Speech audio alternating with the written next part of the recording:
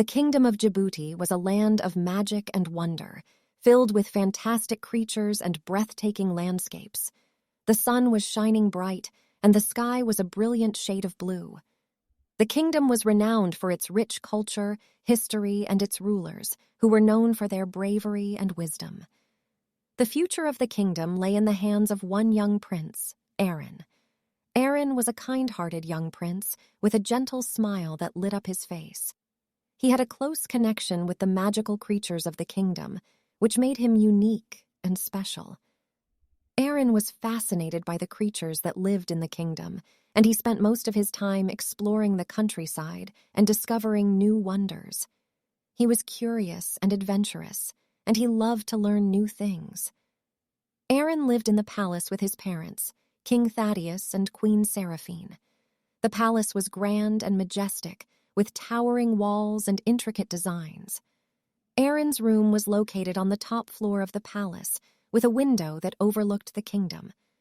From his window, he could see the rolling hills and the shimmering forests that surrounded the kingdom. One day, Aaron was playing with his best friend, Kale, in the palace gardens. They were running and laughing, chasing each other around the fountain. Kale was a mischievous young boy, with a sharp wit and a mischievous grin. He was always getting into trouble, but Aaron loved him for his humor and his courage. "Hey, Aaron, do you want to play a game?" Kale asked, panting from running. "Sure, what kind of game?"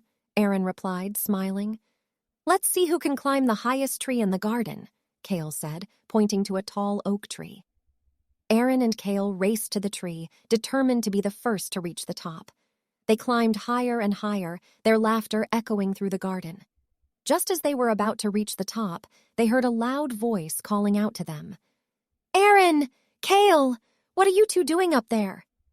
Aaron and Kale looked down to see Queen Seraphine, their mother, looking up at them with a worried expression. "We're just playing, Mother," Aaron said, trying to sound nonchalant. "Well, come down right now. You know how dangerous it can be to climb trees," Queen Seraphine scolded them. Aaron and Kale sighed and reluctantly climbed down from the tree. They knew their mother was right, but they couldn't help but feel a little disappointed that their fun had been cut short. As they walked back to the palace, they saw a group of bearded vultures flying overhead. Aaron's eyes lit up as he watched the majestic creatures soar through the sky. "Look, Kale, the bearded vultures, they're so beautiful," Aaron said, awestruck. Kale nodded, also in awe of the creatures. "I heard that the bearded vultures are messengers of the stars. They bring messages from the sky to the people of the kingdom." Aaron and Kale watched as the bearded vultures disappeared into the distance. They were filled with a sense of wonder and excitement at the thought of the magical creatures and their connection to the stars. As they entered the palace, they were greeted by King Thaddeus. The king was a wise and just ruler, known for his fairness and his love for the kingdom and its people. "Good morning, my sons. I have some exciting news for you," King Thaddeus said, his eyes twinkling. "What is it, Father?" Aaron asked, eager to hear the news. "I have decided to take you both on a journey to the magical kingdom of Elvendom. It's a place of wonder and magic, and it's where you'll learn more about the kingdom and its history," King Thaddeus said. Aaron and Kale gasped in excitement. They had heard stories about Elvendom, but they had never been there before. "We'll leave tomorrow at dawn. Pack your things and get some rest. We have a long journey ahead of us," King Thaddeus said, before turning to leave.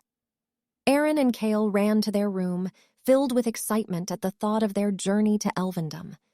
They knew that it would be an adventure filled with magic and wonder, and they couldn't wait to see what the future held for them. Aaron, Kale, and King Thaddeus set out on their journey to Elvendom at dawn the next day. The sun was just beginning to rise, casting a warm golden glow over the kingdom of Djibouti. The air was crisp and cool, and the birds were singing a cheerful tune. As they rode their horses towards the kingdom of Elvendom, Aaron and Kale couldn't help but feel a sense of excitement and anticipation. They had heard so many stories about the kingdom and its magical creatures, and they couldn't wait to see it for themselves. After several hours of riding, they finally reached the border of Elvendom. The border was marked by a large, ancient-looking archway made of stone and adorned with intricate carvings. As they passed through the archway, they felt a rush of magic run through their bodies, and they knew they had entered a special place. As they continued on their journey, they were greeted by a wide array of magical creatures. There were unicorns with glittering manes and tails, centaurs with muscular legs and human-like torsos, and dragons with shimmering scales and fire-breathing abilities. Aaron and Kale were amazed by the incredible creatures, and they couldn't help but feel a sense of awe and wonder. Eventually, they arrived at the heart of Elvendom, the kingdom's castle. The castle was enormous, made of white marble and shining silver. It was surrounded by a moat filled with crystal-clear water, and its walls were adorned with intricate carvings and paintings. As they entered the castle, they were greeted by the king and queen of Elvendom. The king was a regal figure with a long white beard, and the queen was a beautiful woman with flowing silver hair. "Welcome to Elvendom, King Thaddeus, Prince Aaron, and Prince Kale. We're so glad you could make it," the king said warmly. "Thank you, Your Highness. We're honored to be here," King Thaddeus replied.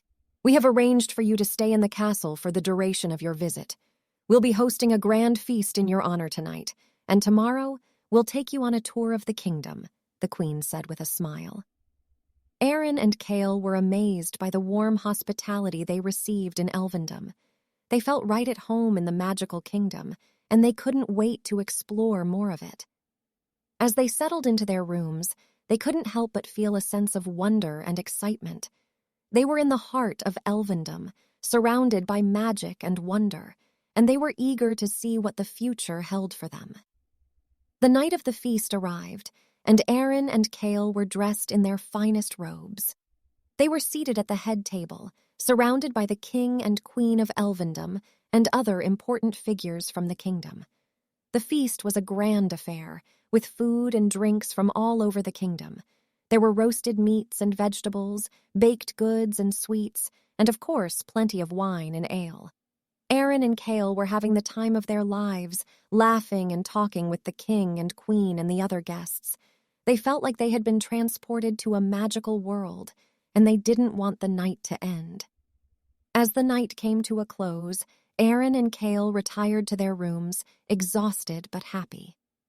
The next morning, Aaron and Kale woke up to the sound of birds singing outside their window. They rubbed their eyes, feeling a sense of disorientation.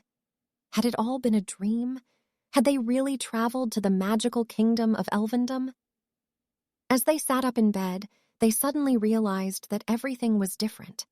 The room they were in was not the grand chamber in the castle of Elvendom, but rather a small bedroom in their home in Djibouti. The ornate furnishings, the magnificent paintings, and the glittering silver were all gone, replaced by familiar childhood toys and books. Aaron and Kale looked at each other, confusion written on their faces. They both felt like they had been transported from a magical world to the reality of their lives. Just then, their mother walked into the room, carrying a tray of breakfast. "Good morning, my loves. Did you have a good sleep?" she asked, smiling warmly. "Mom, did we really go to the kingdom of Elvendom?" Aaron asked, still feeling a sense of disbelief. "Elvendom? No, my dear. That's just a place from a video game you and your brother love to play. You two were up late playing it last night, remember?" she replied, chuckling. As the reality of the situation dawned on them, Aaron and Kale felt a sense of disappointment. All of the incredible adventures and magical experiences they had had in Elvendom were just a figment of their imagination, brought to life by their love for video games. Despite the disappointment, Aaron and Kale couldn't help but feel grateful for the magical journey they had experienced, even if it was only in their dreams. They knew that the memories of their adventures in Elvendom would stay with them forever, and that they would always cherish the experience. And as they sat down to breakfast with their mother, they couldn't help but smile, knowing that they would always have the memories of their incredible dream journey to the magical kingdom of Elvendom.